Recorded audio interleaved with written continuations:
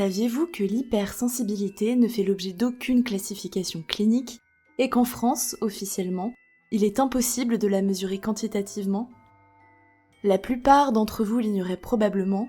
En revanche, vous êtes sans doute plus nombreux à pouvoir citer au moins 2 caractéristiques de l'hypersensibilité. Et je prends les paris. Chacun d'entre vous connaît au moins une personne qui se dit hypersensible. Vous ne trouvez pas ça étrange, vous, que ce concept de psychologie semble susciter davantage l'engouement du grand public que de la communauté scientifique ? Personnellement, ça m'interpelle et c'est pour cette raison que j'y consacre un podcast en 2 parties. Je suis Sonia de Psy-Echo et je suis ravie de vous retrouver pour le tout premier podcast de cette chaîne. Aujourd'hui, nous allons parler d'hypersensibilité comme vous en avez rarement entendu parler. Car je ne suis pas ici pour vous rabâcher ce que vous avez déjà lu sur Instagram et entendu sur YouTube. Je veux vous proposer une approche critique du phénomène de mode qui entoure ce concept. Cette question me trotte dans la tête depuis que j'ai fondé Psy-Echo. Je ne me suis pas lancée avant, faute de temps pour creuser les études faites à ce sujet, ce qui me semblait tout particulièrement important, car s'ancrer dans des sources scientifiques permet d'amener en douceur une remise en question qui n'est pas toujours évidente. En effet, pour beaucoup de personnes qui se disent concernées par ce trait, l'hypersensibilité est une sorte de monosymptôme identificatoire. C'est une condition, une identité qui n'a qu'une seule manifestation symptomatique, être trop sensible, trop émotif, trop intense, trop tout. Dans ce contexte, difficile d'émettre une critique du sujet car en questionnant l'hypersensibilité, certains pourraient se sentir attaqués dans leur identité. Malgré tout, il me tenait à cœur de le faire car l'hypersensibilité fait vendre, pas qu'un peu d'ailleurs, mais dans la surabondance de contenu, rares sont ceux qui interrogent sa réalité clinique. L'écrasante majorité l'appréhende comme un fait scientifique avéré, et même le fait qu'elle constitue un filon ultra lucratif pour des personnes qui ne sont pas des professionnels de santé ne semble pas alarmer grand monde. Pourtant, le phénomène de mode qui entoure l'hypersensibilité est loin d'être anodin.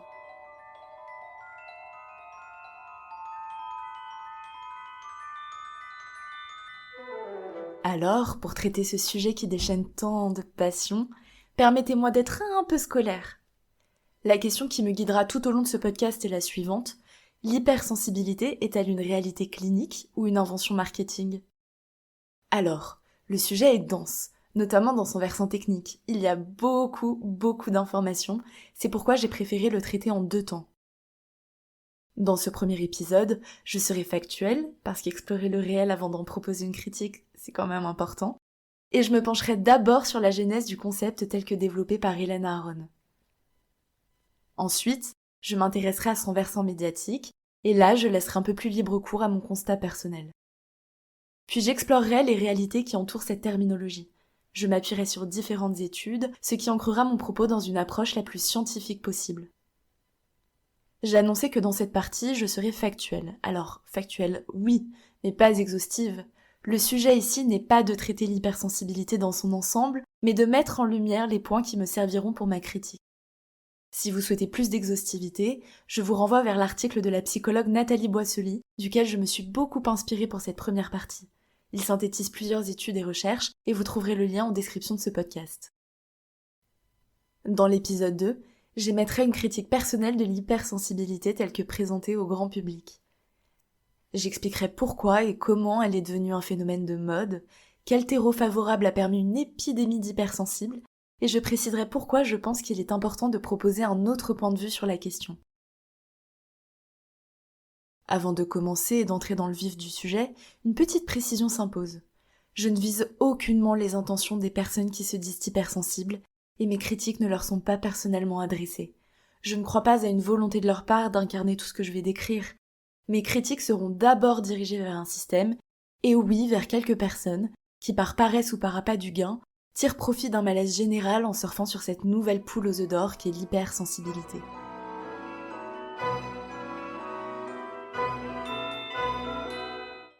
Première partie donc, intéressons-nous d'abord à la description de l'hypersensibilité dans son fondement conceptuel. Dans les années 90, Hélène Aron, psychologue américaine, théorise ce qu'on appelle le SPS, le Sensory Processing Sensitivity, admirez l'anglais, traduction, la sensibilité des processus sensoriels, autrement appelée hypersensibilité. Comment lui est venue cette théorie ? Eh bien, Aron explorait la timidité, Elle cherchait à expliquer les phénomènes d'inhibition et d'introversion, et elle s'est alors intéressée aux différences interindividuelles innées dans la manière de réagir aux stimuli extérieurs et aux émotions. En se fondant sur ce fait avéré, elle a développé l'hypothèse que certaines personnes auraient un seuil sensoriel et émotionnel particulièrement bas. En d'autres termes, celles-ci présenteraient une plus grande intolérance aux variations des stimuli extérieurs et aux émotions. Pour bien comprendre la logique sous-jacente, il faut savoir que nous avons besoin de traiter les informations de notre environnement pour nous y adapter. Dans le cas d'un seuil de tolérance bas, l'effort adaptatif serait plus exigeant et nécessiterait un traitement plus profond des informations, ce qui produirait une réponse émotionnelle conséquente. L'hypersensibilité, découverte fortuite d'Aron, désigne donc un traitement supposément atypique, inné, universel et stable des données sensorielles et émotionnelles, et concernerait 20% de la population mondiale.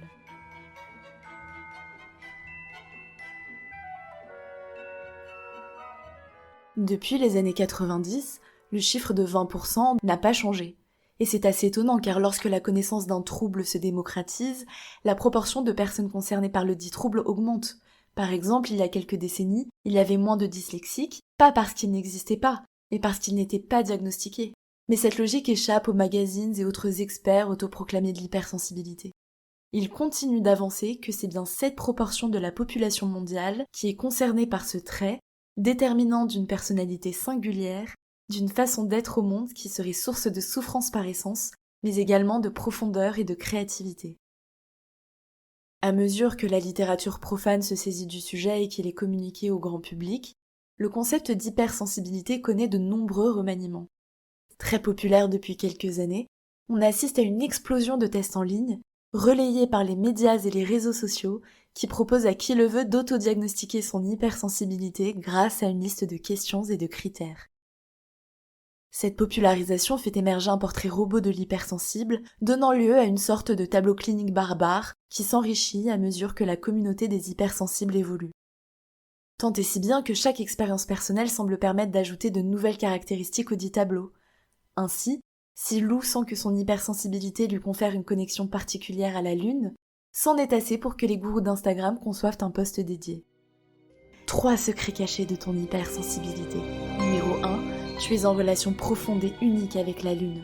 Postera la page « Explore ton hypersensibilité », ce qui vous fait peut-être sourire mais que j'ai réellement lu sur Instagram.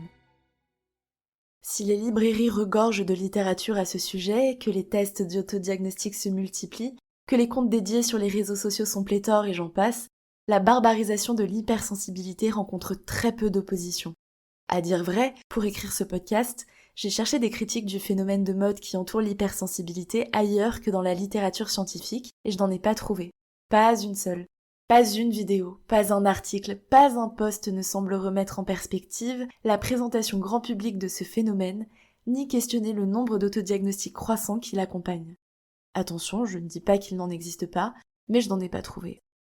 Il en va ainsi naturellement, pour tout un chacun, comme d'un fait avéré, que l'hypersensibilité existe en tant que trait distinctif, inné, qui conditionne la vie entière d'un individu qui n'est finalement rien d'autre qu'un tas d'émotions et qui en souffre. Mais qu'en dit la communauté scientifique ? Celle à laquelle s'adossent les promoteurs du phénomène, qui s'en servent comme d'un alibi et épuisent une crédibilité.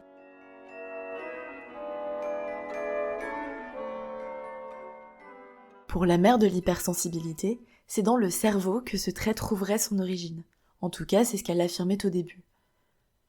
Je ne vais pas entrer dans tous les détails terminologiques car ça rendrait ce podcast assez indigeste, mais pour résumer, des études par neuroimagerie, 4 précisément, auraient démontré la surstimulation de certaines zones du cortex chez les profils dits hypersensibles.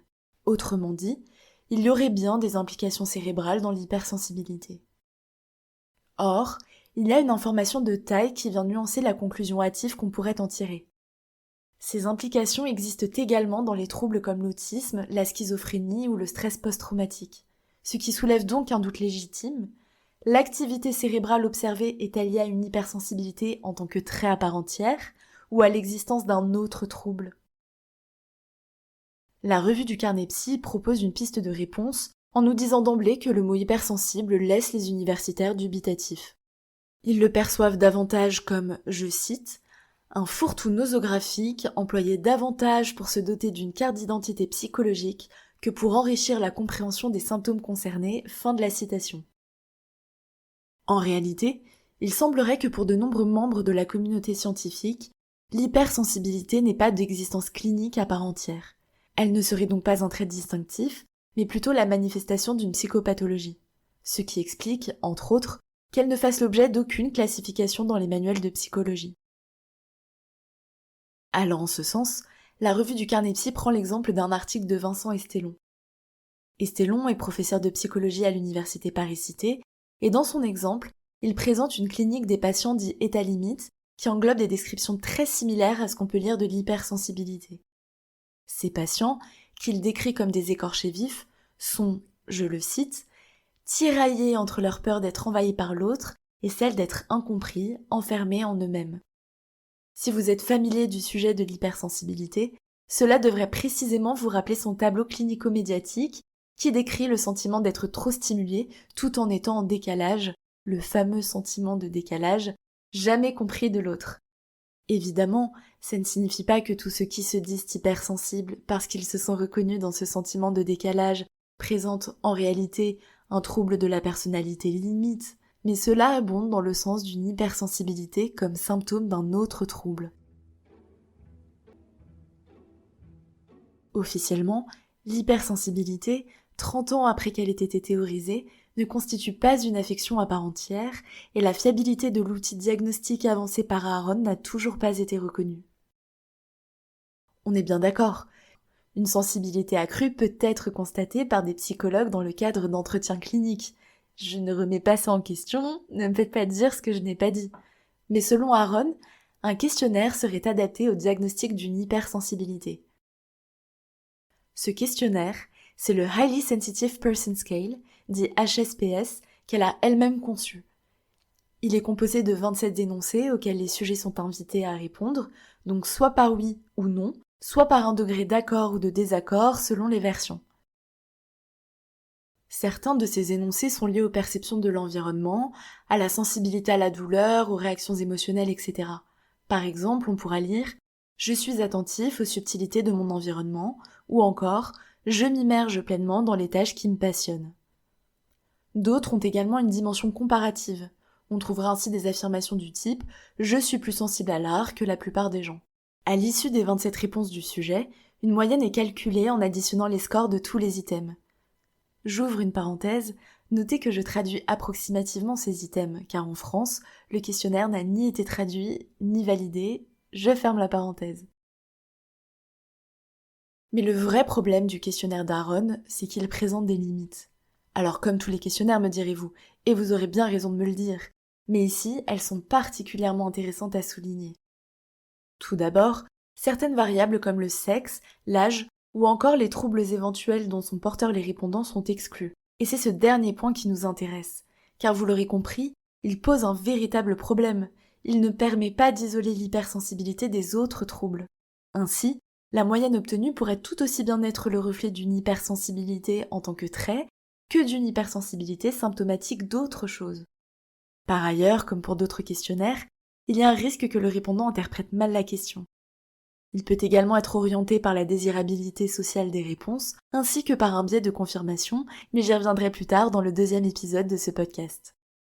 Le point qu'il faut également souligner, c'est qu'en psychologie, il faut mesurer la fiabilité d'un test avant de le démocratiser. Pour ce faire, on utilise la méthode du test-retest. L'idée est que si un outil est fiable, il doit produire les mêmes résultats chez une même personne à 2 moments distincts. Or, dans le cas de la HSPS, Smith et ses compagnons ont dirigé, en 2019, une méta-analyse incluant 23 études, et dans aucune, le test de fiabilité n'avait été effectué. Je vous laisse en tirer vos propres conclusions, et je n'irai pas plus loin dans les détails au risque de vous perdre, même s'il me paraît pertinent de soulever un dernier point. Les résultats de certaines études se contredisent lorsqu'il s'agit de définir les facteurs déclencheurs de l'hypersensibilité.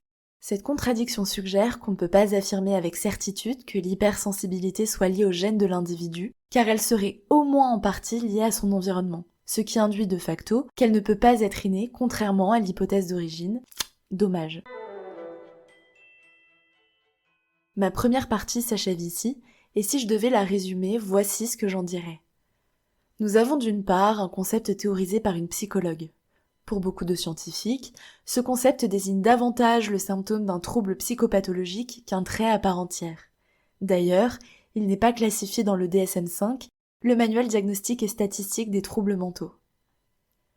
Nous avons également une échelle de mesure du dit trait qui n'est pas valide en France et qui présente de nombreuses limites, ainsi que des études ne permettant pas d'affirmer que l'hypersensibilité soit un trait inné, stable et universel. En ce sens, la thèse d'Aron ne peut pas être vérifiée. Et pourtant, d'autre part, nous avons une véritable émulation médiatique autour du phénomène éponyme. Il se fonde sur la théorie originelle d'Aron et s'est étendu jusqu'à donner lieu à un narratif et à un pseudo-tableau clinique que j'aime à qualifier de médiatique ou de barbare. Le décalage entre la réalité clinique et l'engouement populaire est considérable. Mais alors, comment en sommes-nous arrivés là ? C'est ce que je vais tenter d'expliquer dans la deuxième partie de ce podcast, ma critique de l'hypersensibilité.